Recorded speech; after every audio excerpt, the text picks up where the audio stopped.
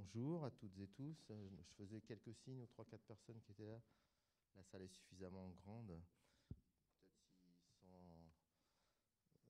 sans aller vers les règles de distanciation, voilà, ça permettrait que dans notre champ visuel, on puisse voilà. Oui. Non, je disais aux quelques personnes qui sont là dans le coin, pourquoi pas se mettre un peu dans l'axe de la salle. Ça permettrait que nos invités, voilà, on soit plus en vis-à-vis. Donc je vous remercie. Donc dire 2-3 mots en introduction. Bon, on est dans un contexte un peu particulier. Hein. Cette table ronde est aussi retransmise en direct, notamment pour un certain nombre de personnes aux 4 coins de la France du réseau des CMEA. Mais on a aussi un peu diffusé dans l'académie par rapport à des équipes avec lesquelles on travaille sur ces questions-là. Bah, écoutez, a priori, le Covid fait moins fuir dans du présentiel les enfants que les adultes, puisque là, on a 300 enfants qui sont actuellement dans 3 ou 4 salles de cinéma. Donc voilà, donc tant mieux, on se réjouit.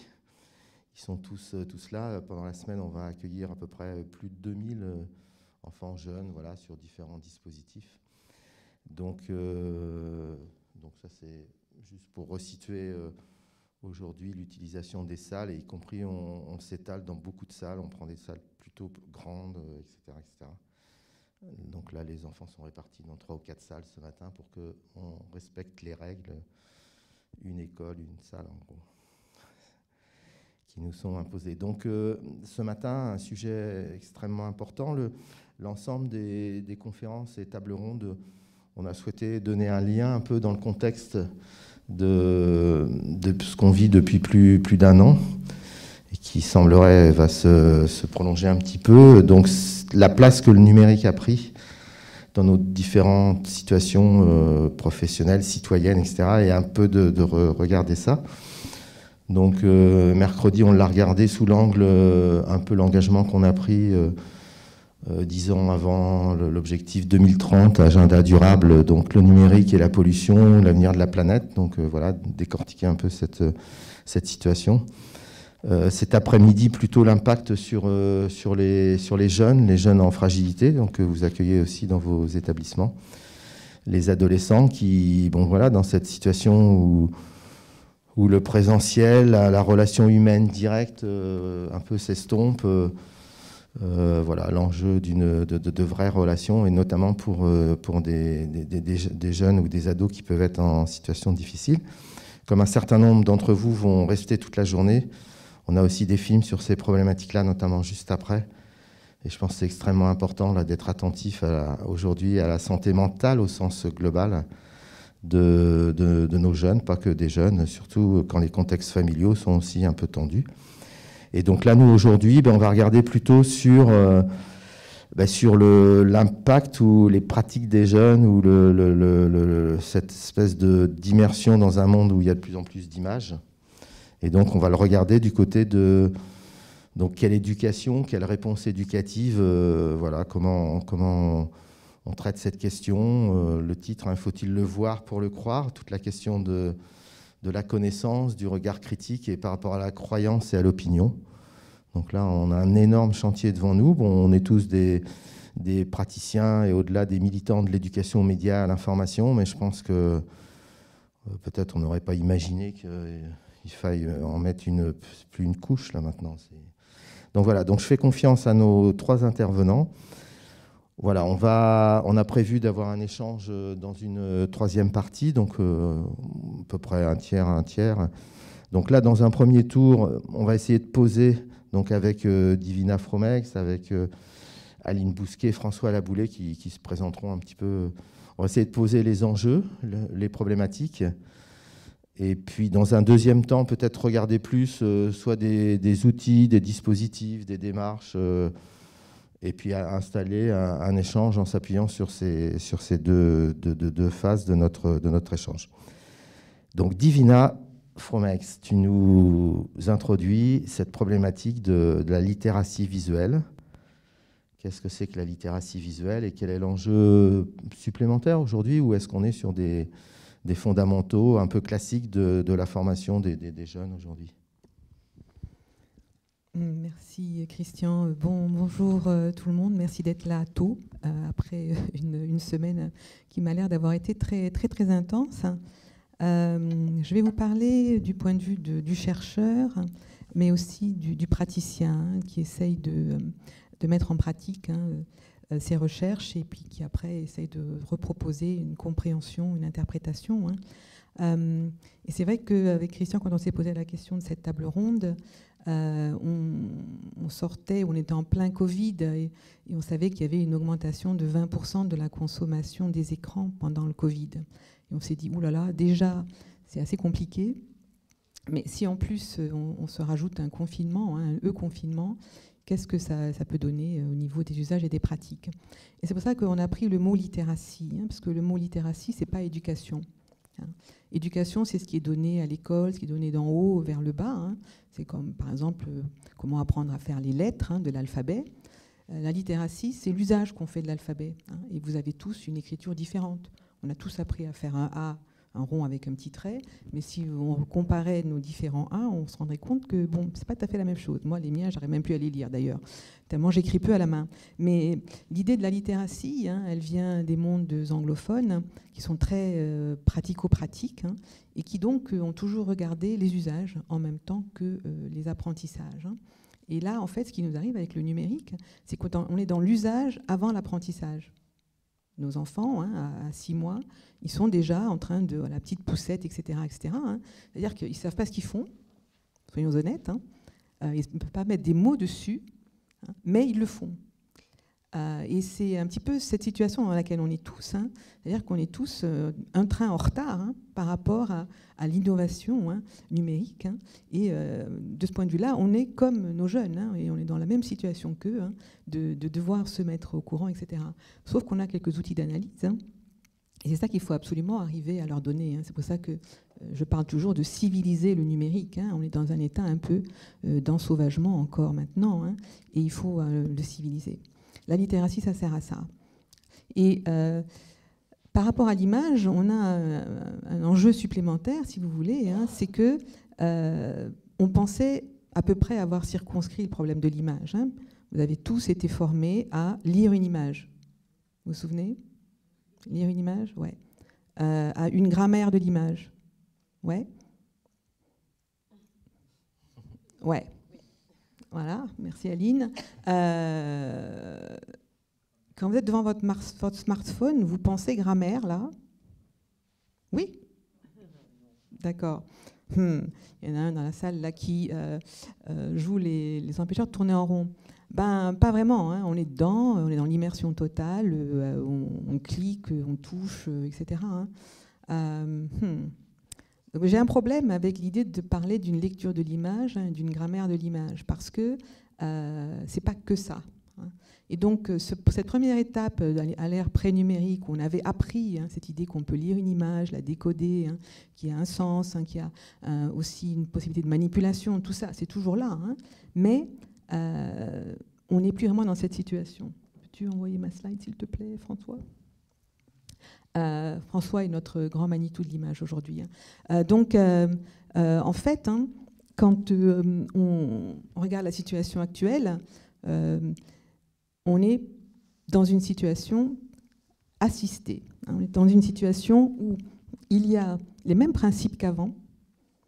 C'est-à-dire qu'on a encore besoin effectivement de lire certaines images, et je pense que Aline et François vont vous en parler plus, mais moi je voulais mettre l'accent sur quelque chose de très différent. C'est qu'en ce moment, on est dans des univers sursaturés, pour aller vite, en smartphone. Vous avez tous un petit truc là, qui n'a de téléphone que le nom, mais c'est le côté smart évidemment qui a pris le dessus. Et si vous regardez vos icônes, il n'y en a qu'une qui représente le téléphone. Tout le reste, c'est l'augmentation numérique par l'image, que sous forme d'application, etc. etc. C'est hyper simple à faire, alors que l'image, quand on y pensait avant, il fallait avoir un sacré outillage, c'était lourd, donc c'était donné à des chaînes de télévision, des compagnies de cinéma, etc. etc. Là maintenant, vous pouvez faire votre YouTube vous-même. Et donc c'est énorme. Hein. La visualisation est instantanée, c'est-à-dire que ce que vous faites, vous le voyez immédiatement. Là aussi, ça fait des choix incroyables. Hein. Et on est tout le temps en train de partager cela. Vous ne faites pas ça que pour vous-même. Hein. L'image n'est plus quelque chose qui se consomme tranquillement chez soi ou dans la chambre numérique. Hein. Et ce qui arrive, et qui nous arrive à tous, hein, c'est que vous êtes capable de modifier les images que vous prenez, donc d'être éditeur, hein, d'être donc vous-même un média, même si vous n'êtes pas formé. Hein. Et tout le problème de l'expertise se pose là. Tu veux tourner, s'il te plaît. Donc, ce qui arrive avec cette image hein, de smartphone, hein, parce que je vais me concentrer dessus, hein, parce que c'est celle que vivent nos jeunes, hein, ils sont tous équipés de ce genre de choses, hein, c'est qu'elle est caractérisée par 2 ou 3 modes un peu obligatoires. Ils ne savent pas qu'ils font du portrait ou qu'ils font du paysage, hein, mais c'est en gros les 2 modes, sachant qu'on a aussi le mode de Facebook à la verticale, hein, qui est une autre façon de cadrer et de configurer hein, des contenus, hein, et qui est designé par le dispositif. On obéit aux injonctions d'un dispositif. Nos jeunes obéissent aux injonctions d'un dispositif dans leur littératie. Ce sont des littératies designées par d'autres. Hein. Et ce qui caractérise et ce qui plaît le plus nos jeunes, hein, c'est cette possibilité hein, de retoucher l'image, hein, qui a toujours eu lieu, hein, on a toujours pu manipuler l'image comme ça, la truquer, etc. Hein, mais là, ça devient extrêmement facile en un clic. Hein, et ce qui prédomine dans leurs usages, ce sont les filtres. Par exemple, hein, avec les selfies et les stories. Hein, alors, si j'ai un truc que je vous demande de retenir en sortant de la salle, c'est 4 S. On commence, 2, selfie, story. Ça, c'est perso, c'est l'image en forme de créativité, l'image qui aide à la construction identitaire de soi. De plus en plus, nos jeunes se mettent en ligne, se mettent en récit en ligne pour montrer ce qu'ils sont. C'est leur double numérique. Mais c'est des doubles, des triples et des quadruples, hein, si vous comptez le nombre d'avatars qu'ils ont à droite et à gauche, etc. Hein. Mais c'est cela hein, qui les aide à se construire en eux-mêmes et par rapport aux autres. Hein. Donc, tout ça, c'est assisté par ordinateur. Et les 2 autres S, les séries et les streams, hein, qui sont des versions plus longues, mais qui, elles aussi, sont assistées par ordinateur, et qui, elles, n'ont pas comme norme hein, de se filtrer et de se modifier, hein, mais de partager, avec une obligation de partage maintenant. Hein. On est tout le temps invité, ceux qui ne partagent pas, ceux qui ne sont pas likés, etc., vous le savez, hein, ils perdent en ranking, ils perdent en influence, hein, et pour eux, c'est très grave en termes d'image, hein, mais aussi en termes de présence hein, à soi et de présence aux autres. Hein. Et de plus en plus, ça a été extrêmement aggravé, si je puis dire, par la Covid. Hein.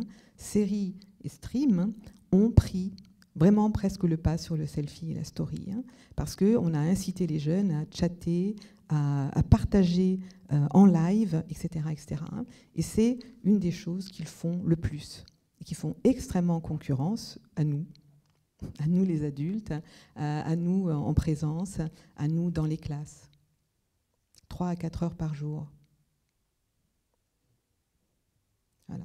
Alors après, qui est plus fort que quoi? Donc, il faut qu'on se pose la question des enjeux, hein, et notamment des enjeux en éducation, en médias, à l'information, mais plus largement dans l'éducation populaire, de ce que c'est hein, que cela. Or, le premier enjeu, c'est l'enseignement de l'image, qui est le parent pauvre de l'éducation nationale, hein, et le parent pauvre de beaucoup d'autres formes d'éducation, y compris la populaire, hein, si on devait faire cette distinction, que je n'aime pas beaucoup.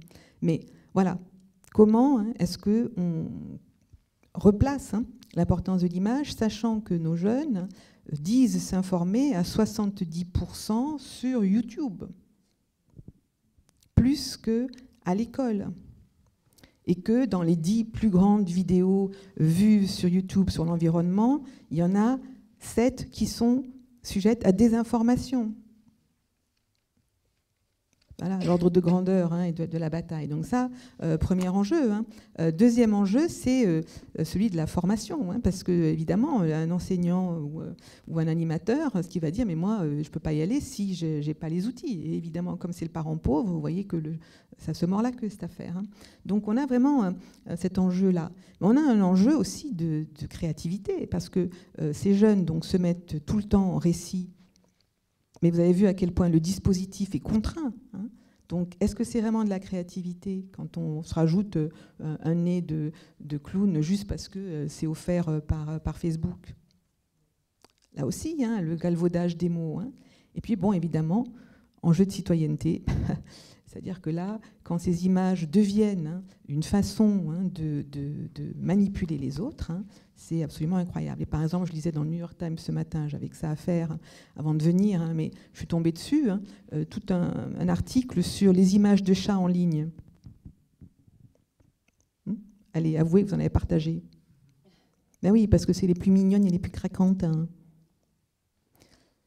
Eh bien, elles sont utilisées maintenant pour entraîner les gens vers de la désinformation. Comme ça, les algorithmes de filtrage de Facebook, Twitter, etc. ne les détectent pas comme des images problématiques. Et hop, dessous, on vous refile des sites web, etc., complotistes et autres. Donc, vraiment, même des choses que nos jeunes aiment, qui ont l'air d'être, on va dire, naïves ou à l'eau de rose, peuvent être détournées et manipulées. Donc, il y a vraiment, là, vous voyez, un enjeu, plusieurs enjeux qui relèvent d'éducation aux médias, de l'éducation populaire, de l'éducation citoyenne au numérique. Et en face de ça, un énorme déficit d'éducation des adultes comme des plus jeunes par rapport à ça. Et ce n'est pas notre faute, on n'a pas à se blâmer. Ce qu'on regarde, c'est un phénomène extrêmement récent. Donc bien sûr, il faut laisser un petit peu le temps au temps, mais il ne faut pas s'endormir en ce moment. Il y a une urgence numérique qui est aussi une urgence citoyenne. Voilà. Donc, comment on fait ? La façon de faire, nous, en éducation, bien sûr, c'est de se dire qu'il faut des compétences. Alors, il y en a qui s'énervent par rapport à la pédagogie par compétences, mais vous vous souvenez ce qu'il y avait avant, la pédagogie par compétences ?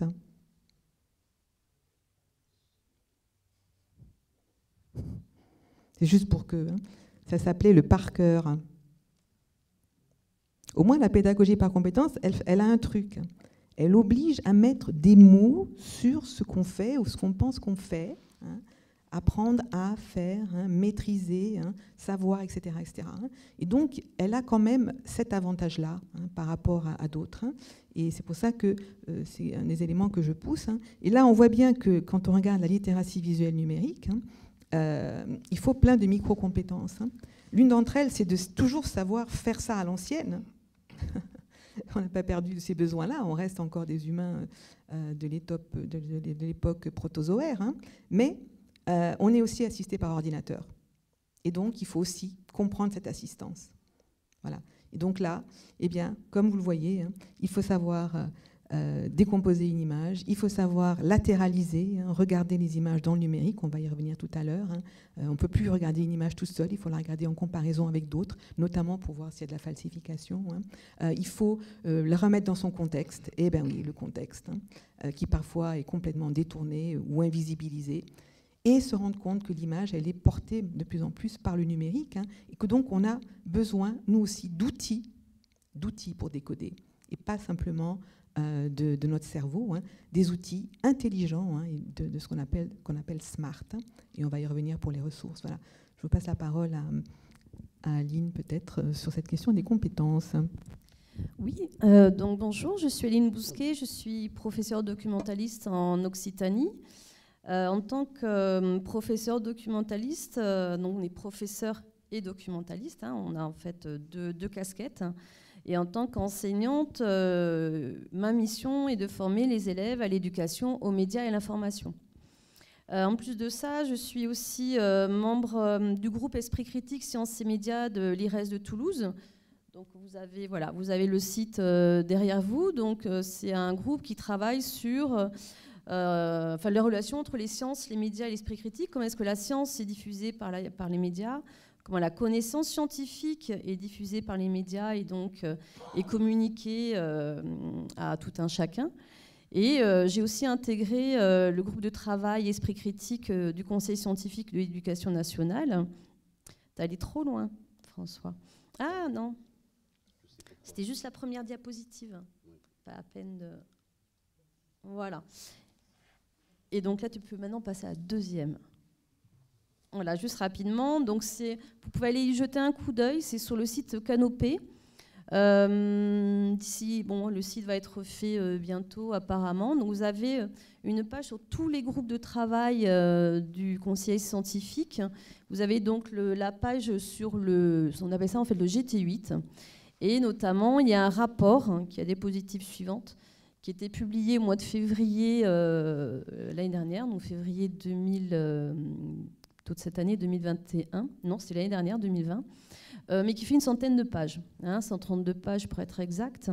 Donc là, depuis maintenant 1 an, on essaie de travailler à vulgariser, créer des outils qui permettent de s'approprier ce rapport en très peu de temps, donc avec des checklists pour les enseignants. Est-ce que je fais bien un projet esprit critique? Quelles sont les attitudes et critères nécessaires pour faire exercer l'esprit critique à mes élèves? Est-ce que l'activité que je propose aussi en classe est vraiment une activité esprit critique? Parce qu'il y a le fond, il y a aussi la forme. Et on est aussi en train de préparer une sorte de mallette. C'est un parcours en ligne qui est très court, qui fait que 3 heures, qui ne fera que 3 heures, pour permettre aux enseignants d'avoir moins des bases sur l'esprit critique.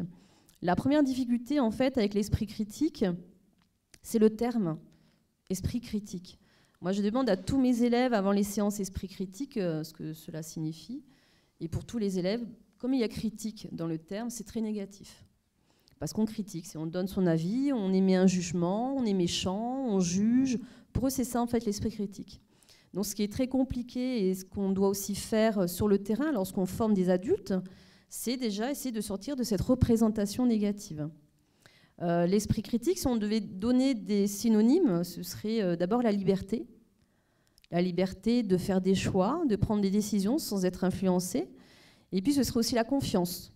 L'esprit critique, c'est savoir être capable d'ajuster sa confiance, être capable d'avoir confiance en les sources et en les informations qui le méritent.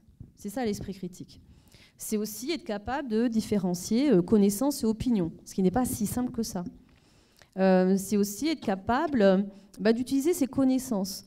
Je trouve que c'est d'ailleurs tout ce qui donne du sens à l'école. Moi, quand je suis avec mes élèves, je leur dis, toi, sans l'école, sans les connaissances que tu es en train d'acquérir, tu ne peux pas avoir d'esprit critique. Si on n'a pas de connaissances, on ne peut pas avoir exercé son esprit critique. Donc c'est quoi utiliser ces connaissances pour prendre des décisions? Tout à l'heure, Divina, tu parlais de partager les informations. Est-ce qu'à la vue de mes connaissances, je peux décider de partager cette information, cette image? C'est aussi être capable d'analyser les risques. Est-ce qu'à la vue de mes connaissances, si je partage cette image, quels risques j'encours ou quelles vont être les conséquences? C'est aussi utiliser ces connaissances pour former ses opinions. Là, on est en plein dedans avec la présidentielle qui arrive. Exercer son esprit critique, c'est aussi pouvoir former ses opinions sans être influencé ou alors en sachant qu'on est influencé.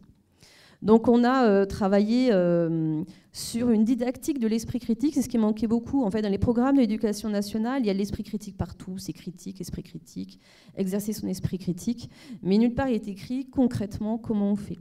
Est-ce que exercer son esprit critique, c'est aller critiquer un extrait de journal télévisé, par exemple?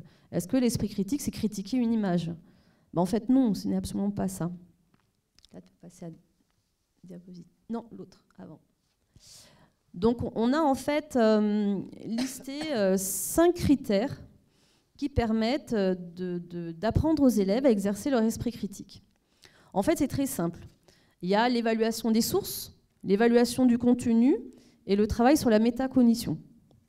Donc, l'évaluation des sources, on est en fond dans l'EMI, dans l'éducation aux médias et à l'information. Donc, c'est bien sûr identifier la source, ce qui est très complexe. Parce que la source peut être une personne morale, ça peut être aussi une institution, ça peut être une association, ça peut être aussi une personne physique, et puis ça peut être aussi une entreprise, comment dire, même un site web, parce que souvent les sites web, on n'a même pas conscience qu'il y a peut-être une entreprise derrière. Et puis, il y a bien sûr croiser les sources, évaluer les intentions de publication. Cette image est publiée, pourquoi? Pourquoi est-elle publiée? Est-ce que c'est pour modifier mon opinion? Est-ce que c'est pour m'influencer? Est-ce que c'est pour me faire cliquer? Est-ce que c'est pour me vendre un produit, etc. Et après, on va pouvoir travailler sur l'évaluation du contenu. Donc, bien sûr, évaluer la pertinence des arguments. Est-ce que l'argument est logique, illogique? Est-ce qu'il est fallacieux? Ça va être aussi la plausibilité de l'information. Donc on en reviendra dessus, mais moi ça je travaille dès la 6e, la plausibilité. Est-ce qu'elle a vu de mes connaissances, ce que je vois dans l'image est vrai? Est-ce qu'elle a vu de mes connaissances, ce qu'on me dit ou ce qu'on m'explique est vrai? Il y a aussi les preuves, la question des preuves, notamment en sciences. Et puis enfin, il y a la métacognition. Donc la métacognition, c'est connaître ses biais cognitifs, savoir qu'on a tous, malheureusement, un cerveau, ou heureusement, un cerveau qui fait des erreurs de jugement, mais ça, ce n'est pas grave. Nous sommes tous comme ça, vous, nous ici, nous avons des erreurs de jugement. Et les connaître, pas tous, ça ne sert à rien, mais en tout cas, savoir qu'on peut faire des erreurs de jugement. Et du coup, à la vue de ces erreurs de jugement, à la vue de l'évaluation des sources et à la vue de l'évaluation de l'information, est-ce que je suis capable d'avoir ou pas confiance une fois que j'ai tout évalué? Donc l'esprit critique, ça va être ces 5 attitudes et critères que l'on va pouvoir enseigner aux élèves. Alors ça demande du temps. C'est vrai que l'objectif, c'est un peu comme l'objectif de l'EMI, c'est un peu un objectif utopique, mais ce serait que ce soit fait de façon très assumée en classe, de façon très régulière. Et réitérer, bien sûr. Si on fait 1 heure de EMI, on sait très bien que ça ne sert à rien. Si on fait 1 heure d'esprit critique, ça ne sert à rien non plus. Malheureusement. Après, je pense que je parlerai plus tard des biais cognitifs. J'ai des petites images à vous montrer, mais là, on sera plus pour les outils ou les connaissances qu'on peut acquérir ensuite. Mais est-ce qu'en fait, la finalité de l'école, c'est pas de former les jeunes à l'esprit critique globalement, etc. Le projet politique de l'école, d'émancipation, de construire des citoyens. Et par rapport à ce que vous dites, donc, on peut saluer le fait de décortiquer, de bien voir, et c'est le rôle de l'école comme lieu formel d'apprentissage. Mais je vais me tourner un peu vers François, c'est-à-dire en quoi, dans d'autres espaces éducatifs, où on est en relation avec les jeunes, qui ont une finalité d'éducation, qui ont une ambition de faire évoluer des pratiques, des comportements, comment dans le champ, puisque ça a été dit plusieurs fois, de l'éducation populaire, finalement, ce qu'on fait, c'est qu'à un moment donné, on se questionne sur est-ce que ça participe quand même de cette formation que vous venez de décrire, ou est-ce qu'à un moment donné, on n'est pas embarqué nous-mêmes des fois dans tout ce flux. C'est-à-dire que je pense qu'il y a besoin de ce que vous venez de faire, soit en termes d'enjeux, soit de décortiquer les compétences et ce que ça nécessite, pour après, quelle modalité d'action. Alors, soit quand on agit directement avec les jeunes, soit quand on est dans de la formation de médiateurs, de passeurs. Donc voilà. Donc est-ce que finalement, dans toutes nos pratiques, François, on a ça comme boussole? Alors, je dois me présenter.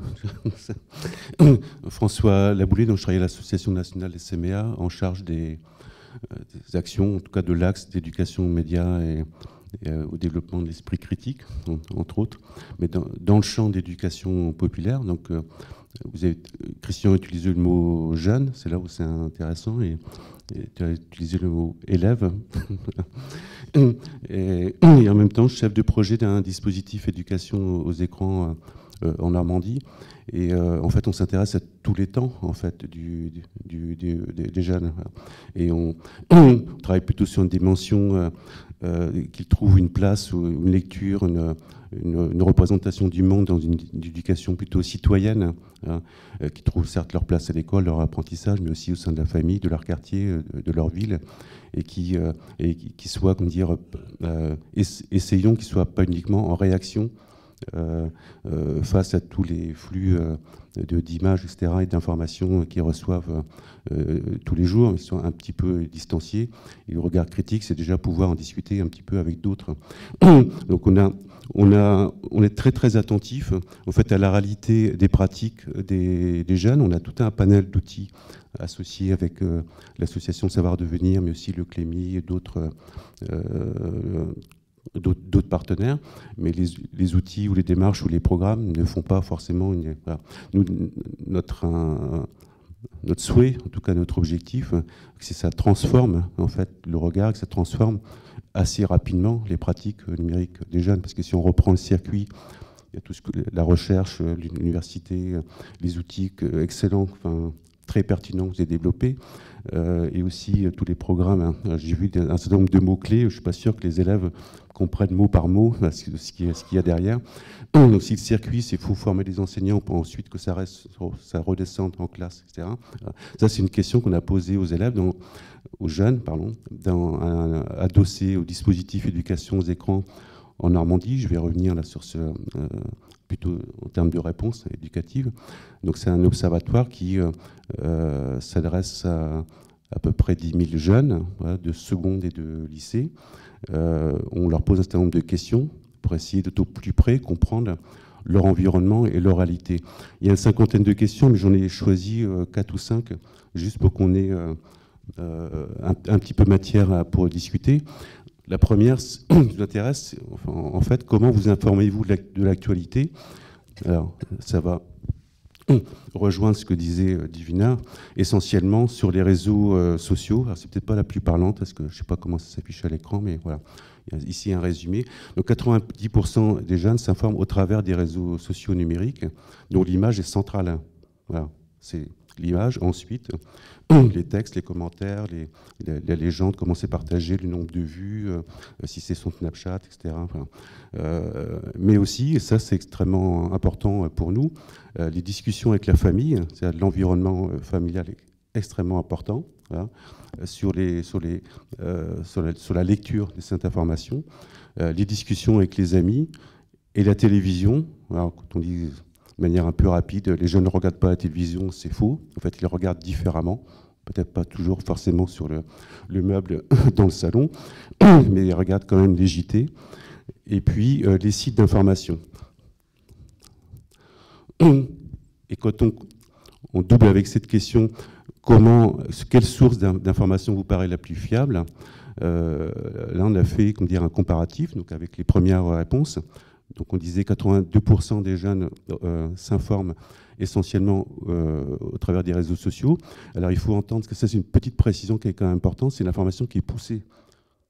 C'est des notifications, c'est-à-dire qu'ils sont sur 5-6 réseaux sociaux différents, et ce n'est pas une information qu'ils vont chercher, c'est une information qui est poussée vers eux. Et ça c'est important, parce que c'est l'illusion, comme dire, de s'informer, mais en fait, ils sont plutôt dans un flux. Mais quand on leur demande si les réseaux sociaux vous paraissent fiables, ça chute à 7%. Donc c'est super intéressant parce qu'en fait, ils s'informent essentiellement au travers des réseaux sociaux. Mais quand on dit qu'ils n'ont pas... Alors ça dépend ce qu'on met derrière l'esprit critique. Ils savent très bien derrière qu'il faut en prendre et en laisser. Ils ne savent pas quoi prendre et quoi laisser. Mais il y a quand même de toute façon une certaine distance. Ils savent que tout n'est pas fiable. Alors qu'est-ce qui est fiable, pas fiable, on ne sait pas. Mais en tout cas, ils ont une très grande prudence de ce qui circule sur les réseaux sociaux. La discussion avec la famille, alors là, ça chute, c'est important. Voilà. Mais parce que chacun a son opinion politique, ça débat de l'actualité, etc. Ça y va dans tous les sens. Et ce n'est pas forcément les parents, la famille, les oncles, etc., qui sont les mieux placés pour éclairer. En tout cas, voilà. C'est plutôt des échanges, des discussions à chaud qu'il y a dans la famille. Et la télévision, est 75%, 31%, donc c'est le chiffre le plus élevé, qui pensent que c'est une information, là on va trouver une information la plus fiable. Hein. Est-ce que ça vous surprend? Voilà. On a creusé cette question-là. Pourquoi la télévision? Pareil, oui. Tu voulais une réponse? Non, enfin, moi je suis surprise. Mais, par contre, ce qui m'étonne, c'est qu'il n'y ait pas la radio. Oui, j'allais dire la même chose, la radio. Eh bien, elle n'a pas la radio. Si la radio, elle est, comme dire, ici, 35%, 36% à travers de la radio. On a pris, comme dire, au-delà d'un... Voilà, mais c'est à peu près au même niveau que les sites d'information. Donc la télévision, en fait, on a fait des entretiens plutôt qualitatifs, et donc ça nous a éclairé sur quelque chose de très important. En fait, en vérité, c'est pas qu'ils pensent qu'elle est plus fiable, c'est que c'est pas la même forme de présentation de l'information. C'est-à-dire quand ils sont sur les réseaux sociaux, c'est l'information, je disais, qui est poussée, mais qui est mélangée avec leurs propres posts, les choses que les amis nous envoient, etc. Et puis, vous regardez un fil d'actualité du site d'info comme France Info, sur la même, il y a en ce moment, depuis quelques jours, il y a sur l'affaire du clip d'un candidat à la présidentielle, il y a quelques... tous les 15-20 minutes, il y a un poste différent. Hein. En fait, il faut reconstituer les récits. Alors que sur la télévision, en fait, ce que nous disent les jeunes, c'est qu'il y a un récit qui est présenté. On nous présente, est-ce que c'est juste, pas juste, pas, mais au moins, on n'a pas à chercher le contexte. C'est quelqu'un qui présente, qui déroule le sujet, voire on va faire venir un spécialiste, etc. Voilà. Donc on raconte une histoire. Il y a un sujet, il y a une histoire qui est racontée, ce qui n'est pas le cas sur les réseaux sociaux. C'est à l'internaute de reconstituer une histoire. Et là, ça demande un effort ou ça demande une complexité. L'information, après, on s'intéresse à un sujet qu'on passe à un autre, etc. Voilà. Donc la télévision, il y a l'histoire du récit derrière qui est assez important. François, tu as cité 5. Ouais. Je pense qu'il faut qu'on reste là dans un premier temps sur le niveau des enjeux, c'est-à-dire qu'on s'appuie éventuellement sur les événements qui vous ont marqué, comme dire, dans l'année, très, très, très haut du panier, c'est-à-dire que là, ils auraient souhaité qu'on en parle, qu'on décrypte, etc. Pas forcément été le cas. Le Covid, le confinement, la fermeture des commerces, l'annonce du vaccin, les attentats, le meurtre Samuel Paty et les élections, ce qui se passe aux États-Unis et la mort de George Floyd, c'était très marquant, on dire, pour eux. Voilà. Et quatrième, avez-vous déjà participé? Alors, je rappelle, c'est des élèves de seconde, première, c'est-à-dire plutôt en fin de scolarité. Avez-vous déjà participé à un atelier alors soit en temps scolaire ou associatif, d'éducation aux médias ou par la pratique hein, d'un média, etc., collectif, mais dans une orientation éducative. Donc plus de 60% disent non de leur scolarité. Voilà. Donc ça nous donne un petit indicateur pour discuter ensuite. Et puis le dernier, face à la désinformation, face aux images, etc., c'est quoi votre posture? Et c'est quasiment un tiers, c'est-à-dire il y a un premier groupe de jeunes qui sont hypersensibles à l'esprit critique parce qu'ils sont déjà dans des circuits culturels et autres où ils sont expérimentés. Hein. Ils disent, plus je travaille sur l'éducation critique, au bout d'un moment, je doute de tout. J'arrive plus à voir où est... voilà. Le deuxième groupe, leur posture par rapport à ça, c'est une histoire de croyance. Chacun fait ce qu'il veut. C'est une réponse individuelle, c'est pas une réponse collective. Toi, tu crois ça, moi, je crois ça, tu m'embêtes pas, je t'embête pas. Voilà. Et il n'y a pas de débat, c'est chacun pense ce qu'il veut. Et le troisième, qui pas nous inquiète, mais qui nous... on est plus sensible, un troisième tiers comme dire, de jeunes qui ne s'expriment pas dessus parce qu'ils pensent qu'ils n'ont pas forcément d'opinion, ils ont peur du ridicule, ils ne savent pas dire « je ne sais pas ». Ils n'osent pas dire devant quelqu'un ou en classe ou un groupe. Là. Donc, ils restent sur le repli sur soi et ne parlent pas de ce qui les inquiète. Voilà, c'est le cinquième point. Avant peut-être de descendre un petit peu après sur des outils, des dispositifs ou des Divina par rapport à ces 5 constats et les enjeux en amont que tu posais, qu'est-ce que... Je me prends froid là. C'est intéressant parce que c'est ce qu'on remarque aussi pour les adultes. Hein. La plus grosse consommation, c'est les médias sociaux. Et les médias sociaux sont les moins... sont qu'on a le moins confiance, quoi. C'est quand même bizarre comme hiatus. Hein. Et ces usages, hein, ce besoin d'être dans la norme sociale. Vous avez vu les 2 normes hein, de partage hein, et de transformation de soi. Voilà. Hein. Mais après, quand on en est plus à l'information de type citoyen, hein, je pense que le comportement change. Hein. Et c'est très sain. Donc de ce côté-là, je trouve qu'il y a une forme d'esprit critique hein, qui sert de filtre. Hein. Ce qui m'inquiète plus, c'est le fait qu'on ne sait pas trop mettre des mots dessus. Hein, et après que les médias de confiance sont extrêmement répartis. Alors, chez les adultes, dans toute la France, c'est la radio de très loin qui est le média de confiance. Hein. suivi après par la télévision, etc. Et la presse papier et les réseaux sociaux sont très bas. Hein. La presse papier a remonté depuis 2 ou 3 ans à cause d'un énorme effort qui s'appelle le fact-checking, la vérification de faits, dont on va parler comme une des solutions, qui est une des solutions qui va de pair avec l'éducation aux médias et l'information. Mais on voit bien qu'on n'a plus un média de confiance auquel on va tous.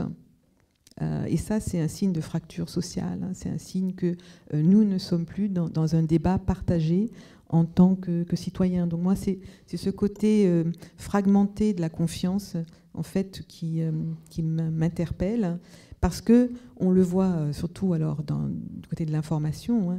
Ça fait le lit de la polarisation des publics.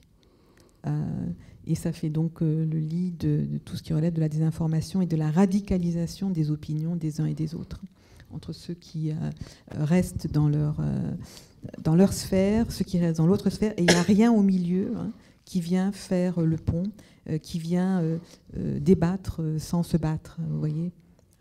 Et ça, c'est quelque chose qu'on voit dans d'autres pays, notamment les États-Unis. L'intérêt pour les États-Unis, je pense que c'est parce que pour beaucoup de jeunes, c'est l'avenir. Donc ce qui se passe là-bas est une clé de compréhension de ce qui se passe ici, à 6 mois près. Quand on regarde un certain candidat qui émerge, dont on se demande comment il peut émerger, et que ça ressemble beaucoup comme parcours au parcours de Trump, bon, on est quand même interpellé par ce genre de choses. Voilà, donc ça à froid, c'est un peu ce que je dirais. Voilà, moi, il y a quand même le premier point qui, à mon avis, doit... Attends, tu l'enlèves, là. C'est plus on développe l'esprit critique, donc plus on introduit de l'incertitude et de la complexité, plus les jeunes sont perdus, et plus... Voilà, ça, c'est quand même... et on l'a vu avec le Covid, il y a quand même une éducation à l'incertitude, parce que nous, à la fois, on va pousser la science, la véracité, etc. Sauf que la science ne dit pas tout. Et le Covid, on a bien vu qu'à tout moment, on avançait, on n'avait pas de certitude. Donc, à un moment donné, il faut quand même qu'il y ait des piliers, des fondamentaux, mais il y a aussi un monde qui se cherche. Et ça, je pense que c'est assez complexe. Et ça, c'est devant nous, quand on est dans des relations avec des jeunes, ou quand on est dans des situations de former des éducateurs au sens large, qui est une de nos responsabilités au sein de...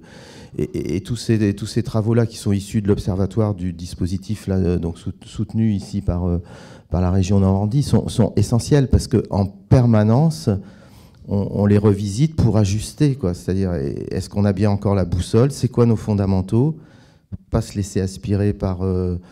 voilà, même légèrement, soit d'une logique d'outils ou de fonctionnalités. Voilà, donc c'est extrêmement, je pense, important dans le travail qui est fait par toute l'équipe, portée à la fois par le rectorat, le conseil régional, donc les CMEA, donc le CLEMI, comme ça a été dit. Je propose qu'on passe peut-être sur des choses plus opérationnelles en termes de réponse, parce que face à ces constats, on est quand même très, très mobilisé avec des choses qui marchent. Peut-être ce qui est posé, c'est l'essaimage et la massification. Il faut encore convaincre. Donc Aline. Oui, moi je peux, justement, là, plus je suis critique, plus je doute de tout. Justement, ça m'interpelle beaucoup, puisque... non, l'autre diaporama, on va continuer, en fait. Il arrive. Voilà. En fait, douter de tout, ce n'est pas exercer son esprit critique. C'est vraiment pas ça, justement. Et c'est là où il faut expliquer aux élèves, attention, si tu doutes de tout... c'est tu n'exerces pas ton esprit critique. Au contraire, l'esprit critique, c'est un moment être capable de dire ça, je n'ai pas confiance. Par contre, là, cette source, je peux avoir confiance. Cette information, je peux avoir confiance. Et c'est là où il faut justement aussi rassurer les élèves et faire tout un travail sur la métacognition, c'est-à-dire sur justement découvrir, comprendre son cerveau, comment nous fonctionnons, et être capable de repérer, notamment puisque là on est là pour parler des images, être capable de repérer des images et des biais cognitifs en lien avec ces images. Donc justement, si tu prends le premier diaporama, c'est la diapo suivante. Alors on va peut-être faire des petites situations, c'est ça Ouais, voilà. L'autre diaporama en Pardon, fait. ouais. Celui-ci. Excusez-moi, c'est le tout premier, oui. Voilà. Ah.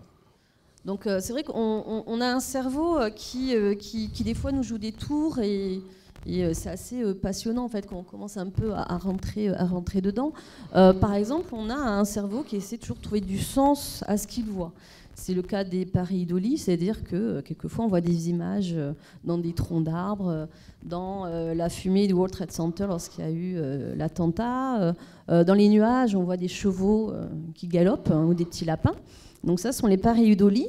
Et donc on a des pareidolie du quotidien et puis on a aussi des pareidolie qui sont diffusées sur les réseaux sociaux. Hop, non ça marche pas, voilà. Et avec des titres du style nous avons vu un visage sur Mars. Donc, quand on apprend physique-chimie, ça c'est étudiant physique-chimie, hein, on apprend que les rayons du soleil sont parallèles et qu'il y a bien sûr des jeux d'ombre et de lumière. Bien en fait, les élèves apprennent que ça c'est en fait une pareidolie, ce n'est absolument pas un visage, hein, c'était des collines. On a d'autres biais cognitifs, donc des erreurs du jugement, qui sont par exemple l'illusion de Ponzo. Donc là, en fait, si on voit les 3 voitures, on est d'accord que la 3e est très grosse par rapport à la première. Oui ou non? Oui. En fait, si j'avais une règle géante, on se rendrait compte que les 3 voitures sont exactement identiques. C'est un copier-coller de la voiture. Mais comme on a un jeu de perspective, on a l'impression que la dernière voiture est plus grosse que la première. Donc cette illusion de Ponzo, par exemple, est utilisée dans certaines publicités. Voilà, comme celle-ci, par exemple, de Chanel, voilà, numéro 5. Alors, j'ai mis les liens pour les droits d'auteur, pour bien respecter. Donc voilà, par exemple, là, c'est une publicité qu'on a tous vue qui utilise un biais cognitif qui est l'illusion de Ponzo. Un autre biais cognitif voilà, qui est aussi intéressant et qui est travaillé par les élèves, notamment en art plastique, c'est la perspective, qui est hyper intéressant aussi en cinéma. On est au cinéma, c'est super. Hein, Georges Méliès l'avait découvert, King Kong aussi, ou même 2001, Kubrick dans 2001, l'Odyssée de l'espace. C'est qu'en travaillant avec la perspective, on peut on peut créer de nouvelles images. Donc là, c'est très simple, c'est un monsieur qui semble jouer avec la Lune. Et puis, voilà, il y a aussi ce qu'on appelle l'escalade truquée. Donc ça, ce sont des choses qu'on peut apprendre aux élèves, notamment lorsqu'on crée des films suédés. Je ne sais pas si vous connaissez. Ça a été lancé par Michel Gondry avec son film Soyez sympa, rembobiné. En fait, on fait des effets spéciaux avec 3 bouts de ficelle, c'est vraiment le cas de le dire, et du carton. Et on apprend en fait des trucages basiques en vidéo à la Méliès. Vas-y. Et là, je crois que c'est mon effet, c'est l'effet Kouletchov. C'est mon préféré en fait. Kouletchov était un cinéaste russe. Dans les années 20, et il a découvert que lorsqu'on mettait une image à côté, c'est l'effet du montage, hein, une image montée à côté d'un visage qui n'exprime rien, nous, spectateurs, nous allons lui donner des émotions. Donc là, on a par exemple une femme qui dort, l'homme semble ressentir du désir. On a une soupe, l'homme semble avoir faim, et on a une petite fille morte, l'homme semble triste. C'est un effet qui est très utilisé au cinéma, notamment pour les acteurs et actrices qui ont très peu d'émotions à travers le visage. On l'utilise aussi quand on fait jouer des animaux, voire même des peluches dans certains films.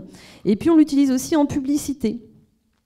Voilà, donc par exemple, vous avez cette publicité de jus de l'eau, avec jus de l'eau.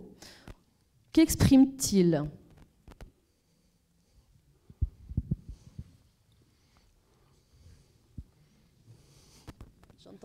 Excusez-moi, je n'entends pas.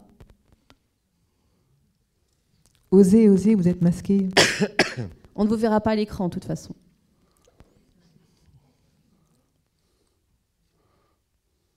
D'abord, qui pense qu'il exprime quelque chose ? On revient au basique, là, aux fondamentaux de base. 4 personnes, d'accord.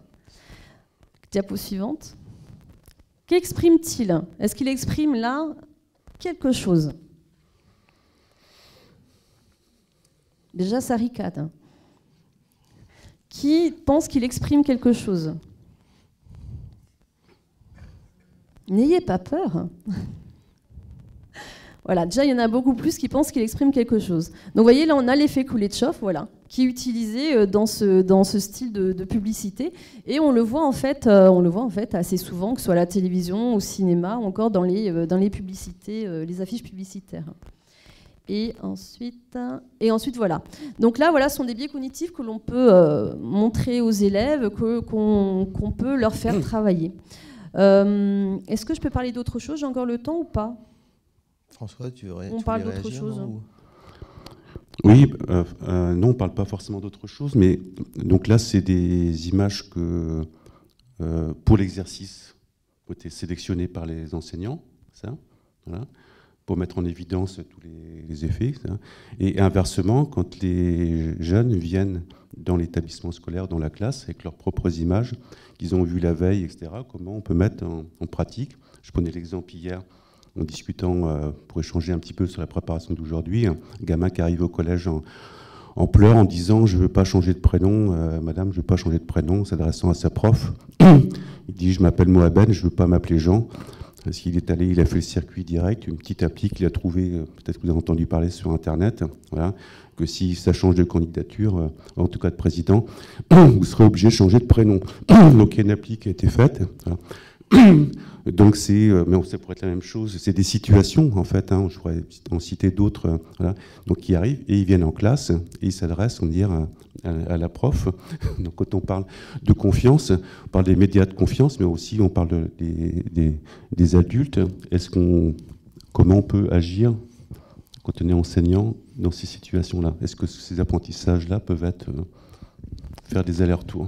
Justement, on l'a regardé hier, ce dont tu parlais. Déjà, c'est un site parodique, mais c'est aussi comment découvrir qu'un site est parodique. C'est vrai que quand on parle d'images, voilà, moi je vous présente les biais cognitifs. Après, j'aurai d'autres images à vous montrer.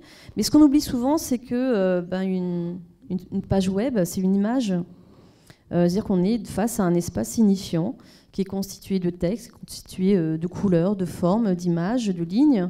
Et le tout va en fait diffuser un discours. Voilà. Va diffuser, va avoir du sens. Et c'est vrai que cet aspect-là d'apprendre aux élèves déjà à lire, ne serait-ce que la page web qu'on a vue hier soir, parce qu'on l'a regardée ensemble, à essayer de comprendre que cette image est constituée de différentes zones, que dans cette zone, dans une des zones, il y a certainement des informations peut-être sur les auteurs, et qu'aussi, dans cette image, nulle part, il fait mention des auteurs. Donc là, on est aussi dans l'évaluation des sources, qu'on a vu tout à l'heure dans les critères esprit critique. Cela signifie qu'il faut passer son chemin. Et on ne peut pas avoir confiance en ce site, en cette image qui nous est imposée, dans laquelle, nulle part, il ne sera fait mention des auteurs. Voilà, ça c'est aussi une première approche. Mais c'est vrai que l'image, c'est pas que quelque chose qu'on voit. L'image, c'est... Enfin, si, c'est quelque chose qu'on voit, mais au quotidien, dans les médias, une page YouTube, pas que la vidéo, hein, la page entière, ce qu'on va appeler une page écran, c'est une image, c'est un espace signifiant. Elle a été créée pour une raison concrète. Je ne sais plus si je vous l'ai préparé. Non, je ne l'ai pas préparé. Je vérifie juste quelque chose. Si je l'ai préparé. Si tu vas dans mon deuxième diaporama, l'avant-dernière...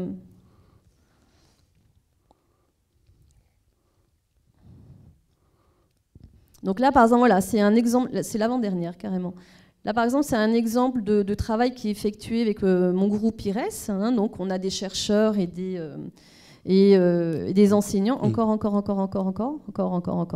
Voilà, c'est là, stop, revenir. Voilà. Et donc, on travaille beaucoup sur comment la science est diffusée par les médias. Et là, par exemple, voici donc des pages écran, c'est-à-dire que c'est le site web entièrement déroulé. Voilà à quoi il ressemble. Et si vous avez deux sites web, un site web qui est fiable et un autre qui n'est absolument pas fiable, si on regarde, ils ont exactement les mêmes couleurs. Il n'y a pas grand-chose qui permet de les différencier alors que ce sont des images. Ce qu'il faut savoir, là je vous renvoie à Gilles Sahu, qui est un chercheur enseignant à Toulouse. Donc Gilles Sahu qui a travaillé sur les heuristiques des élèves. Donc les heuristiques, on a tous des heuristiques, hein, ça fait partie aussi de nos erreurs de jugement. On a deux vitesses de pensée, voire même trois. On a une première vitesse qui est très intuitive, elle est logique, elle est très rapide. On est dans une économie cognitive, dire on ne va pas trop se prendre la tête, hein, en résumé. Et on va se faire souvent une opinion très rapidement, on va répondre un peu au tac au tac. C'est ce qui se passe, par exemple, quand une voiture nous fonce dessus, on ne va pas réfléchir, se dire la voiture pèse tant, elle fait telle vitesse, donc elle sera sur moi dans tant de temps, à moins que je me déplace à tel kilomètre. Enfin, on ne calcule pas ça, on s'enfuit tout de suite. Et puis on a une deuxième vitesse qui, elle, est beaucoup plus algorithmique, c'est-à-dire qu'on va être dans un raisonnement. On va être dans un effort cognitif, ce que détestent les élèves. Et on va, en fait, c'est là où on va commencer à réfléchir et on va être dans l'effort. L'exemple concret que je donne à mes élèves, c'est pour ranger leur chambre. Là, en effet, quand ils doivent ranger leur chambre, ils sont obligés de faire un effort. Si on reste là en vitesse 1 dans l'intuition, on dit c'est la même chose, les deux sont exactement les mêmes sites. C'est ce que font les élèves. Pour eux, en fait, ils ont une heuristique visuelle, c'est-à-dire qu'à partir du moment où le site est bien fait, donc à partir du moment où l'image est belle du site, et qu'en plus ce site est lui-même constitué de belles images, c'est que le site est fiable. Et donc, on peut avoir confiance. Donc, ils sont aussi dans l'émotion première, qui est, voilà, c'est une belle image. C'est ce qu'on appelle l'effet de halo. Donc, l'effet de halo, c'est la première impression qu'on a. On l'a au quotidien quand on rencontre des gens, on l'a aussi lorsqu'on est devant les pages d'accueil. Les pages d'accueil des sites web sont extrêmement réfléchies pour qu'il y ait cet effet d'halo positif, puisqu'ensuite, on a ce qu'on appelle un biais d'ancrage. Vous savez ce qu'on dit, la première impression est la bonne. C'est-à-dire qu'une fois qu'on a l'impression positive du site, on va continuer à avoir cette impression pendant toute la navigation dans le site. Donc, au quotidien, sur le web, sur les réseaux sociaux, on est toujours de toute façon sous influence. On essaie de nous influencer en utilisant nos propres erreurs de jugement. Et je pense que c'est aussi ce qui s'est passé avec le site dont tu parles, François, qui est un site quand même qui était plutôt pas mal fait, très propre sur lui, et qui donnait en effet l'impression que c'était très sérieux. Et donc l'élève, en effet, il a pris ça pour un site fiable, un site sérieux. En plus, c'était tout à fait dans le contexte du moment. On parlait beaucoup des prénoms. Il y a même une étude de recherche qui a été sortie, et c'était dans un contexte qui donnait preuve de fiabilité à ce site web. Si tu vas sur la première image, toute première du diapo, excusez-moi, on navigue parce que la toute première. Et après, on a quand même cette question, alors peut-être qu'on la reprendra là dans la dernière partie, parce que je pense que donc il y a ce qu'on peut avoir préparé sur des choses très didactiques, ce que tu nous montres, etc. Donc un enseignant, donc là, ça nécessite une formation, des compétences, des ressources. Après, il y a l'autre parti pris, les élèves, ils arrivent avec des images et on dit, allez, on part des images qu'ils arrivent avec eux. Et là, on va se confronter à des images surprenantes. Est-ce qu'on a les compétences ou comment on se prépare à pouvoir, sur des images qu'on n'a pas choisies, qu'on ne connaît pas, qui vont elles-mêmes nous mettre dans une première situation où là, on va retrouver nos marques. C'est-à-dire pouvoir exercer notre travail d'éducateur, critique, de formation. Et est-ce qu'on prend encore ce risque-là? Donc moi, ça m'intéresserait qu'à un moment donné, on se pose cette question, soit ensemble, ou soit dans le dispositif, puisque c'est un peu le parti pris d'éducation aux écrans en Normandie, parce que ça c'est pas facile. Non, ça demande donc voilà, comment on prépare les éducateurs à cette question-là? Ça demande à se placer dans une incertitude. Exactement. Et dans un lâcher-prise qui est très compliqué parce que on nous apprend que nous sommes là pour diffuser le savoir, alors qu'en fait, nous sommes aussi là pour faire une médiation, un lien entre les élèves et leur quotidien aussi, leur pratique empirique. Donc ça demande un lâcher-prise. Et puis aussi, moi, ce que j'aime beaucoup quand je travaille avec les images, c'est que j'explique aux élèves qu'il n'y a pas de vérité. C'est-à-dire qu'on est sur des hypothèses. Par exemple, j'avais fait un travail en art plastique, on leur a montré des photomontages artistiques. Et on leur disait juste, voilà, mettez des hypothèses, comment est-ce qu'ils ont créé ces photomontages? On est certain de rien, mais essayons de réfléchir ensemble quels ont pu être les procédés, sachant que ces mêmes élèves avaient travaillé le photomontage et la retouche d'image en cours d'art plastique. Mais ça demande un lâcher-prise, le fameux « je ne sais pas » que les élèves n'arrivent pas à dire. Les adultes ont beaucoup de mal à dire aussi « je ne sais pas ». Donc, ça tient à la nature des images, si je peux revenir un peu dessus, un peu théoriquement, c'est que les images n'ont pas de conditionnel et n'ont pas de subjonctif. Vous voyez, dans les modalités de la pensée que nous avons, et nous sommes habitués avec le texte notamment, ou avec la parole, et si, l'hypothèse, etc., il faut la rajouter à l'image à chaque fois. C'est-à-dire que l'image nous impacte, et sa valeur, c'est une valeur à la fois esthétique, émotionnelle et immédiate. C'est son rôle. C'est pour ça que ce n'est pas du texte. ça ne fait pas redondance. C'est pour ça qu'il faut vraiment la traiter à part. Ce n'est pas juste une illustration à un texte, une image. Il faut arrêter de prendre ça comme ça.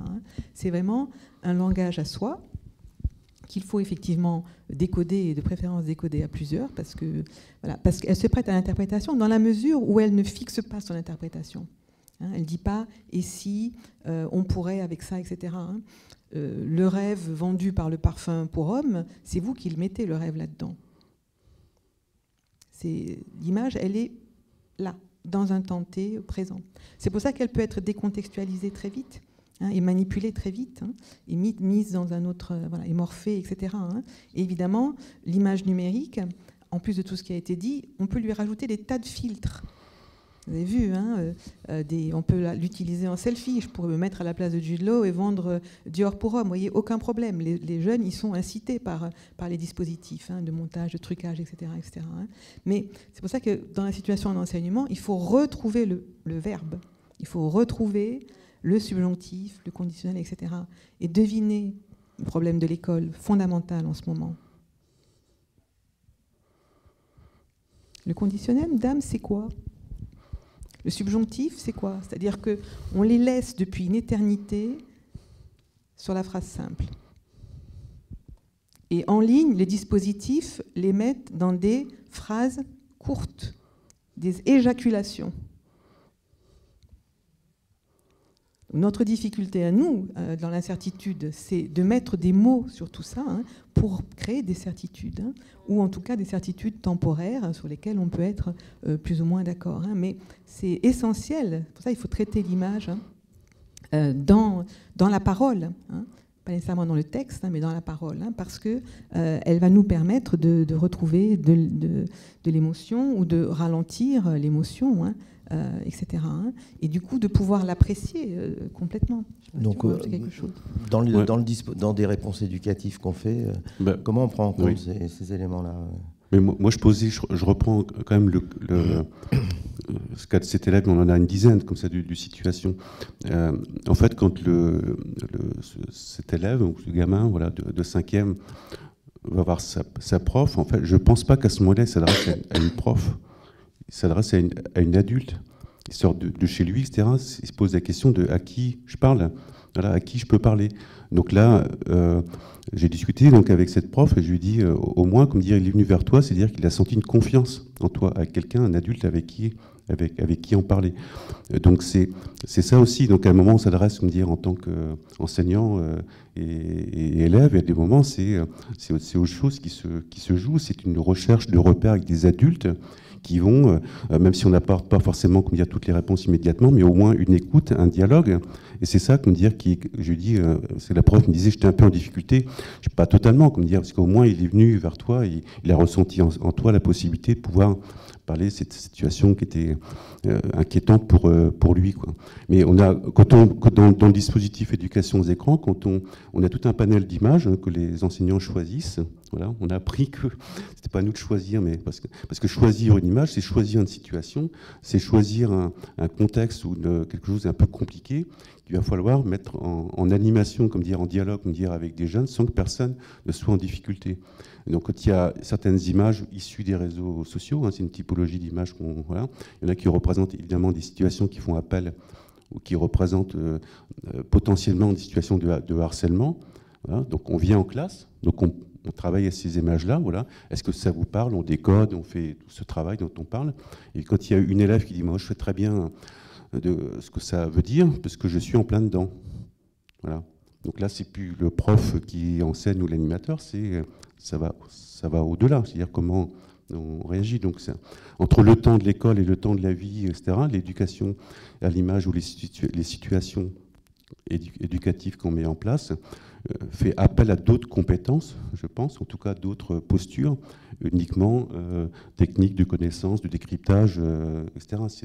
Et j'en cite une troisième, parce qu'elle est assez récente, et je sais qu'il y a des collègues dans la salle qui l'ont vécu, sur des images sur du racisme. Alors c'était l'image d'une caricature de Christiane Taubira, voilà, qui a fait rire certains élèves, d'autres n'a pas fait rire du tout parce qu'ils se sont identifiés, comment dire, à la situation. Et la prof a préféré ajourner, on va dire ça, la seconde séance, parce que c'était en plusieurs, parce que j'ai peur que ça dérape. Et on n'est quand même pas très loin, en fait, de l'assassinat de Samuel Paty. Tout le monde a ça en tête. On se dit le risque que ça prend de parler de sujets de société. Si on travaille l'éducation média, la littératie visuelle, la désinformation, etc., on amène, comme dire, dans l'espace du temps d'apprentissage scolaire, des situations qui ne sont pas, comme dire, uniquement des exercices avec des exerciceurs pour apprendre à décrypter, mais aussi à décoder notre société politique, environnementale, sociétale, etc. Y compris, ça le pose sur les questions de...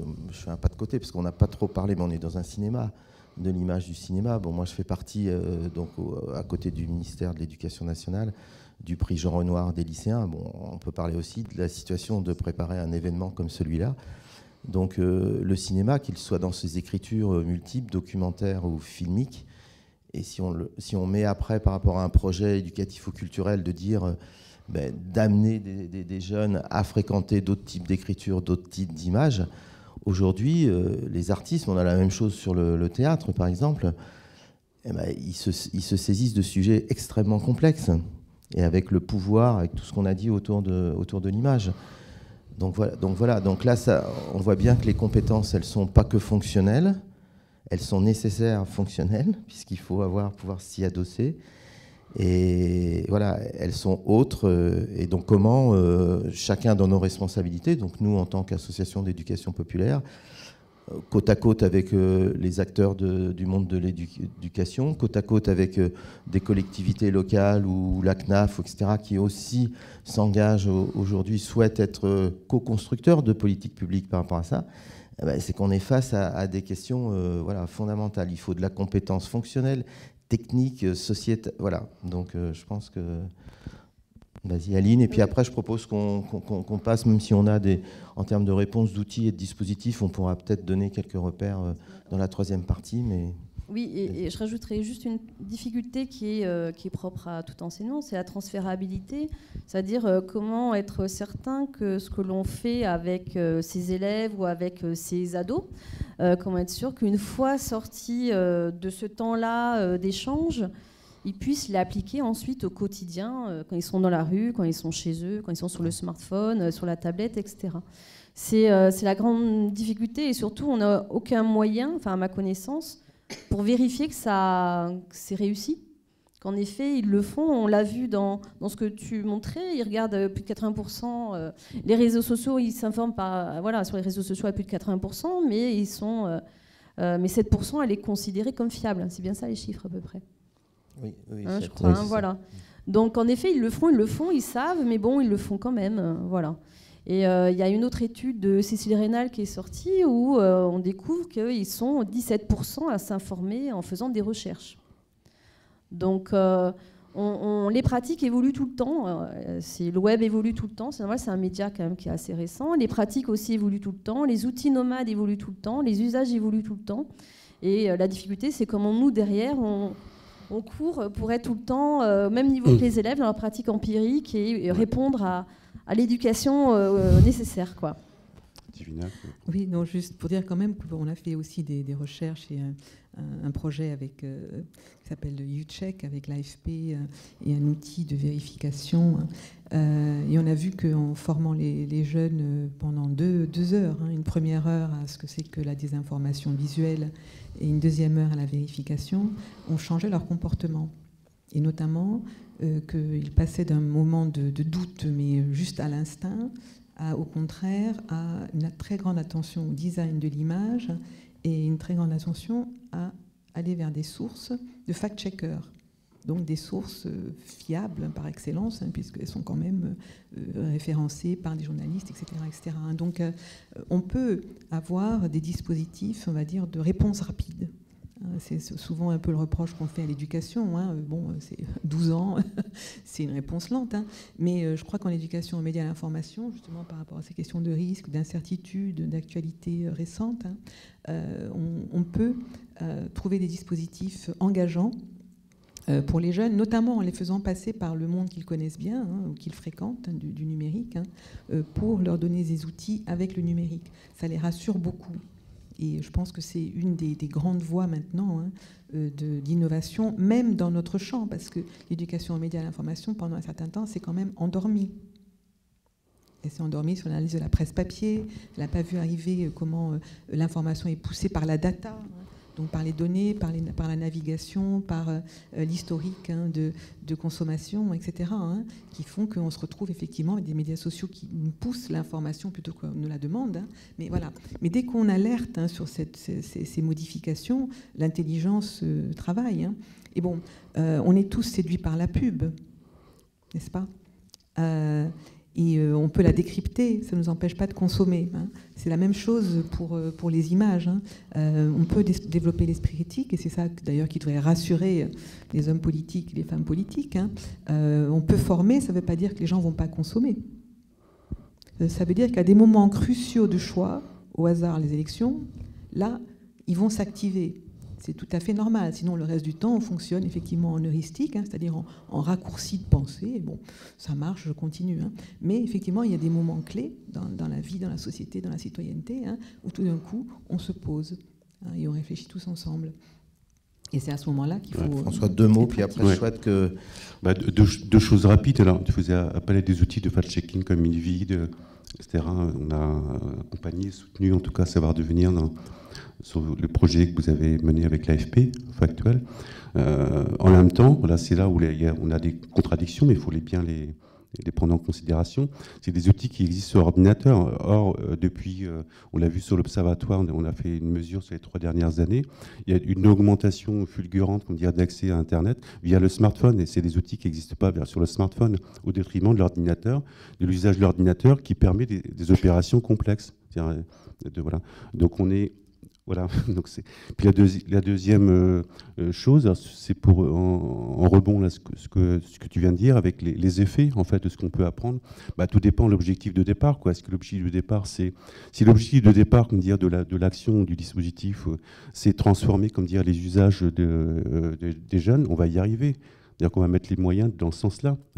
Ou si l'objectif, c'est apprendre certains apprentissages en espérant qu'il y aura un effet dans la vie quotidienne, c'est pas le même chemin. Donc, du coup, voilà. Donc, nous, je pense qu'on est un certain nombre à partager avec des partenaires sur dispositifs d'éducation aux écrans, mais il y en a d'autres. On fait souvent référence à celui-ci, déjà on est en Normandie et on les pilote, plutôt de redonner du pouvoir d'agir, aux jeunes, de recréer du dialogue. Et ça, il y a une clé quand même extrêmement importante, c'est le rapport au temps.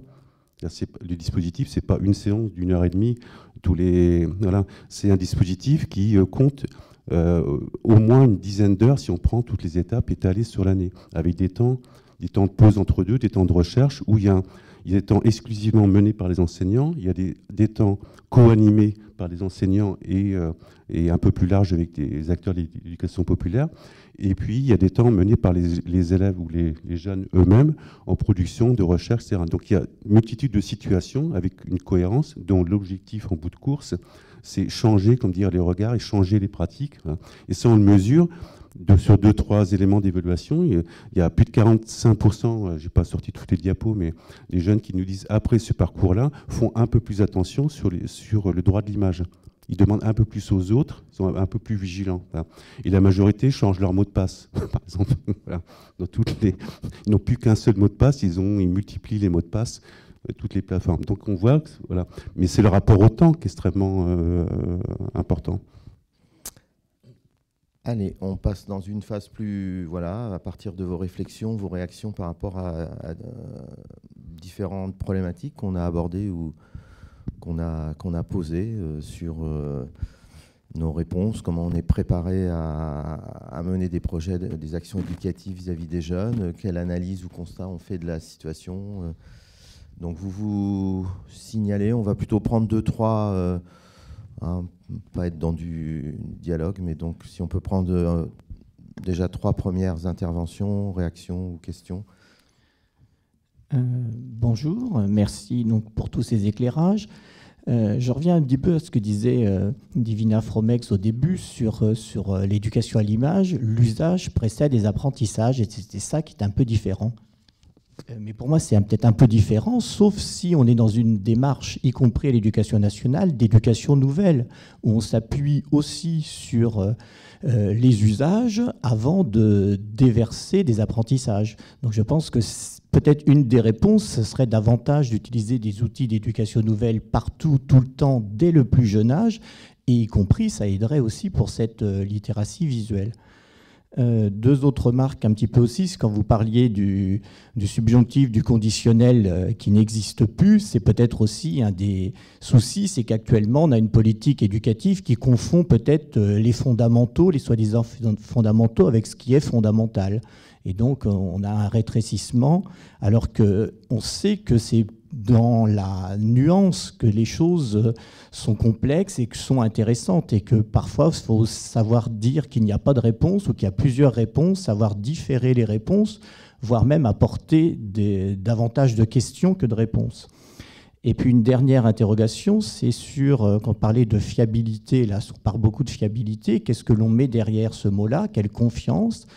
Et ne pensez-vous pas que la parole d'institutions officielles, ou notamment la parole gouvernementale dans cette crise sanitaire qui a montré que parfois on disait des choses fausses à dessein, fait perdre en crédibilité le parole de l'institution? Merci. Donc on va prendre encore voilà, 2-3 réflexions ou questionnements. Ah oui, il faut avoir des papiers et crayons, hein, encore, ça existe. Non, ouais, on va prendre 2-3 et on va un peu globaliser. On n'est pas obligé d'être dans le aussi. Il y a des propos qui ne sont pas forcément des questions. Non, moi poser une question qui peut amener, mais pousser un petit coup de gueule sur le... Je ne sais pas si on mesure à quel point, contre quoi on doit lutter. Quand une Marlène Schiappa, ministre, dit que c'est Hanouna qui doit animer le deuxième tour, le débat du deuxième tour, est-ce qu'on mesure à quel point aujourd'hui, je me souviens de Jacques Lang, ministre de l'Éducation et de la Culture, aller aux enfants de la télé. Comme symbole, je trouvais ça extraordinaire à l'époque. On peut dire que c'est du divertissement, mais je me demande si on prend la mesure, si notre société, nos gouvernants, nos élites prennent la mesure de ce à quoi on doit lutter, qui nous réunit ce matin. Voilà. Je me dis parfois qu'on a beau le savoir, mais se dire par exemple qu'une ministre demande qu'Hanouna, moi je pense qu'à chaque fois qu'Hanouna devrait faire une émission, on devrait avoir le budget de l'émission intégré dans l'éducation en correspondance. Je veux dire, bon, voilà, si on voulait faire, moi quand j'étais prof, on m'a un jour demandé pourquoi j'enseignais, je disais j'enseigne pas j'enseigne compte TF1, j'enseigne compte M6, machin, et bon, aujourd'hui on prend des réseaux sociaux, etc. Mais voilà, j'avais envie de partager ça, parce que je crois qu'à un moment donné, on a un délire total qui fait qu'aujourd'hui, effectivement, un Zemmour peut faire une vidéo totalement délirante, autorisée évidemment, même s'il utilise des images, voilà, et qu'il y a 12-15% de gens qui l'emmènent, quoi.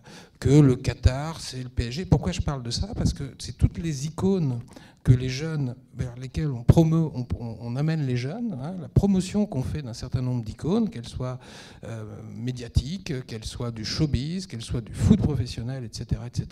On va faire une Coupe du Monde à 6500 morts, voilà, moi j'adore le foot, mais je veux dire. Et tout ça, c'est les modèles qu'on emmène vers les jeunes, et ce sur quoi après, nous, on doit, avec des tout petits moyens, des tout petits trucs, essayer de faire des petites effractions, comme je disais tout à l'heure. Bon voilà, j'arrête mon coup de gueule du matin, je pense que c'est parce que je suis mal réveillé, mais je trouve que c'est quand même pas rien d'être dans ce système-là aujourd'hui. Allez, un troisième, peut-être des propos d'une troisième personne.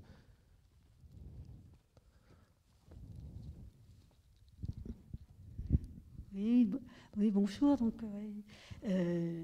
effectivement, tout ce qui s'est dit était extrêmement intéressant. Et donc là, moi, je représente l'Agence nationale de lutte contre l'illettrisme aujourd'hui. Et l'Agence nationale de lutte contre l'illettrisme a pas mal travaillé à élaborer un guide de l'accessibilité à tous de l'information, et notamment de l'information par l'image, de l'information visuelle. Et dans ce guide, lorsqu'il a été élaboré, c'était en 2018, ce qui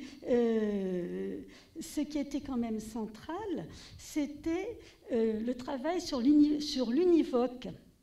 Hein, essayer d'établir un sens univoque de l'information que l'on veut transmettre, parce que ce guide a été élaboré pour tous ceux qui conçoivent l'information, et notamment qui conçoivent l'information visuelle.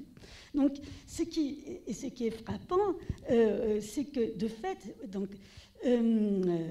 bien sûr, quand on travaille sur la conception de l'image, une conception de l'image univoque, elle est beaucoup plus facilement accessible à tous que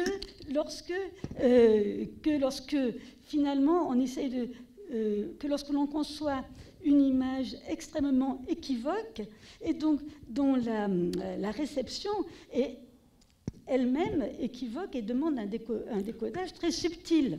Voilà. Donc voilà ce que j'avais envie de dire. Et le ressenti, les images, on travaille à l'heure actuelle, tout est focalisé sur le ressenti de l'image, hein, et son décodage est d'autant plus délicat et pose à l'Agence nationale de lutte contre l'illettrisme une très grave question. Hein, voilà. Merci. Donc on peut déjà rebondir. On n'est pas forcément dans... Il y a des propos qui ne sont pas forcément des questions. Hein, donc voilà. Alors, comme il y a la dernière question, je l'ai en tête, c'est bien. Oui, en fait, elle parle du fait qu'une image a un code faible, c'est-à-dire, c'est ça. C'est-à-dire qu'en fait, l'image n'a aucun sens de lecture. Quand on a un texte, on sait, en tout cas en France, on lit de haut en bas et de gauche à droite, ce qui n'est pas le cas d'une image. Et le problème d'une image, en effet, c'est qu'elle est polysémique, elle peut avoir énormément de sens, tout dépend de notre culture, tout dépend de nos connaissances, et tout dépend aussi des habitudes qu'on a pu avoir, c'est-à-dire est-ce qu'on a déjà été confronté à ce type d'image, est-ce qu'on a déjà fait aussi de l'analyse d'image. Et le problème avec l'image, et ça c'est Divina aussi qui l'a dit, c'est que le sens de l'image est ancré par le texte. Le texte a un fort ancrage sur l'image. Donc, selon le texte qui va accompagner l'image, cette image aura un tout autre sens. C'est ce qu'on a au quotidien sur les réseaux sociaux, y compris dans les grands médias en ligne. Hein. Il n'y a pas que les réseaux sociaux, hein, tout le monde y va. En fait, aujourd'hui, sur le web, l'image va permettre de capter l'attention. Hein, juste ce petit caddie rose, par exemple. Et puis, au-dessus ou en dessous, on aura un titre qui va être très anxiogène, alors que l'image n'a rien. Hein. Et on va avoir envie de cliquer dessus. Parce que l'objectif, l'économie du web, hein, c'est le clic. Hein, aller cliquer, c'est amener du flux sur un site. Et les émotions, je dirais que c'est pratiquement la première économie du web. Hein. On parle d'un web affectif. L'image génère des émotions. Et d'ailleurs, la littératie visuelle, ce qui est très intéressant, c'est qu'il est écrit dans les compétences proposées de mettre de la distance, ça va mettre de la distance avec ses propres émotions. Et l'esprit critique, c'est ça, c'est être capable, d'accord, j'ai cette émotion, mais pourquoi j'ai cette émotion? Qu'est-ce qui, dans l'image, crée cette émotion en moi? Et ça va être justement cette mise à distance qui est nécessaire de travailler avec les images. Mais toutes les images, y compris des images sur Instagram, moi je travaille avec des élèves avec des captures d'Instagram, hein, avec des images et aussi avec le texte, et on réfléchit, on fait un raisonnement par l'absurde, par exemple. On va mettre la tête à l'envers, hein, je leur dis, vous mettez le cerveau à l'envers. On va réfléchir à cette image. Moi, j'en ai une en exemple, qui est très sympa. Hein, c'est Squeezie. Les gamins, ils adorent Squeezie. Et c'est pratiquement vers la fin, je crois. Vas-y, encore, descends. Hop, voilà, dans la piscine. Voilà.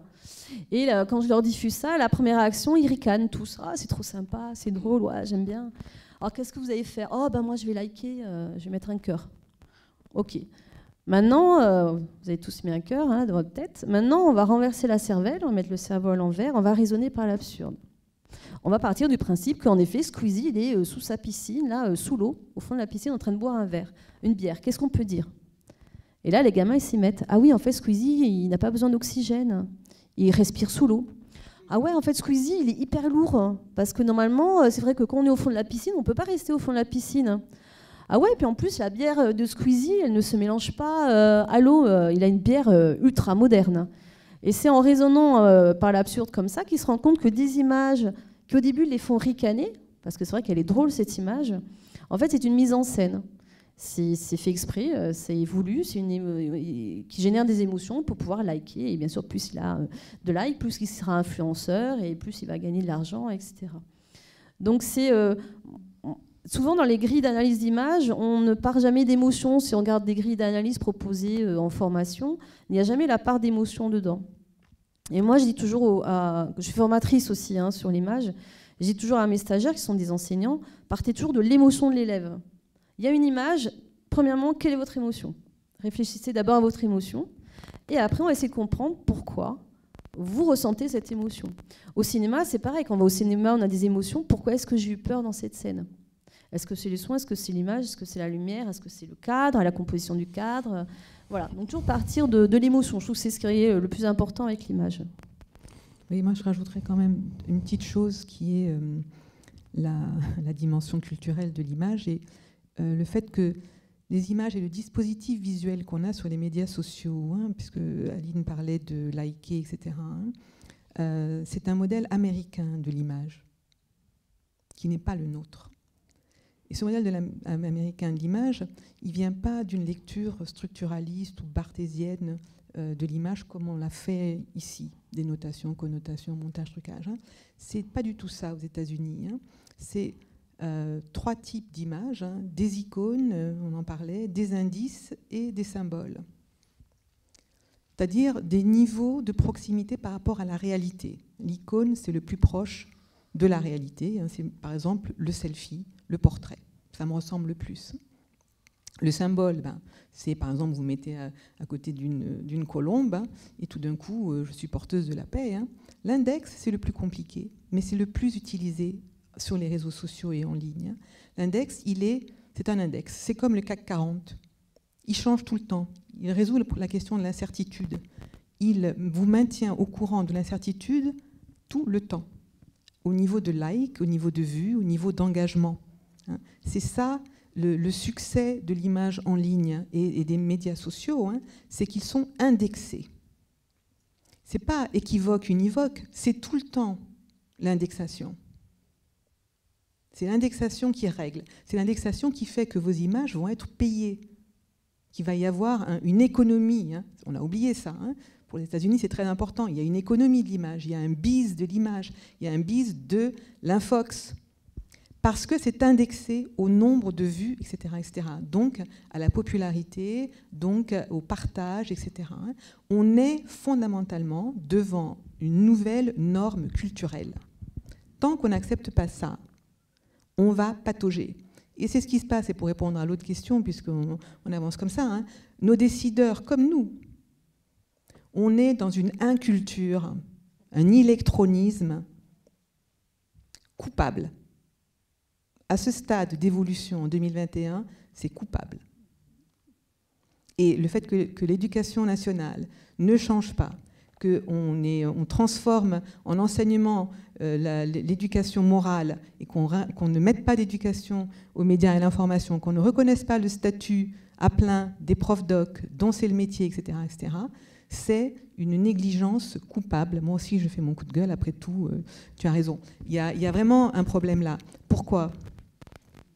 Parce que l'illectronisme, l'illettrisme, comme vous le savez, ça mène au fait qu'on cède la prise de décision à des personnes fortes qui disent c'est comme ça. Le fameux signe, c'est un indice, l'index de Trump. Fake news. You are fake news. On m'a volé mon élection. Voilà ce que ça veut dire. Ça trace profond vers le populisme et vers l'appel à une personnalité forte à cause de la paresse mentale, de certains de nos biais, etc. Mais la paresse mentale, ça se crée. Moi, je ne pense pas que nous soyons des paresseux mentalement. On a des raccourcis parce que dans le quotidien, il faut aller vite, on a des décisions à prendre toutes les 2 secondes. Bon, ok. Donc on n'est pas dans la paresse mentale. C'est une paresse mentale qui nous a été induite. On est endormis en ce moment à l'école. Si les gamins nous disent qu'ils vont s'en renseigner à 70% sur YouTube, qu'est-ce que ça dit sur l'école ? C'est pas YouTube qui nous intéresse, nous.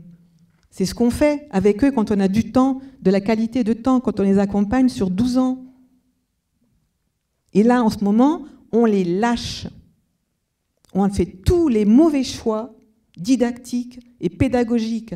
Les pédagogies actives, je réponds à votre question, elles ne rentrent pas à l'école. Et en plus, même en croyant bien faire, on se trompe. On met le RGPD et du coup, on ne peut plus faire entrer des applis dans l'école, celles qu'ils utilisent. Comment est-ce qu'on peut les approcher, les enfants, si on n'est pas avec leurs dispositifs et leurs outils?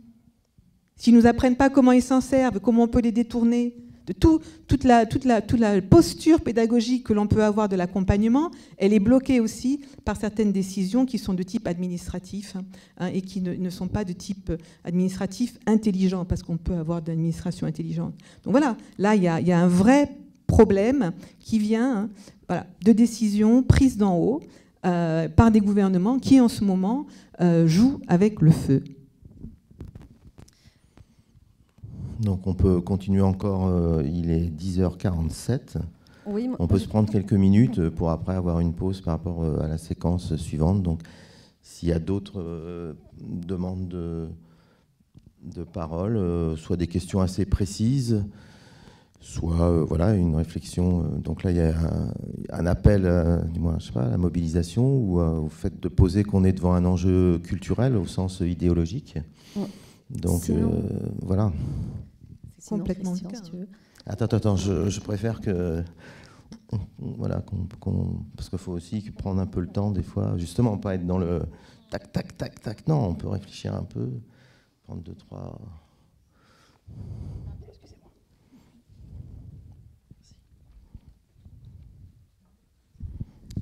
Bonjour. Moi, je me posais une question sur quelque chose qu'a abordé François, c'est la peur que peuvent avoir certaines personnes qui sont amenées à former, à réfléchir avec les élèves, avec les jeunes sur ces questions.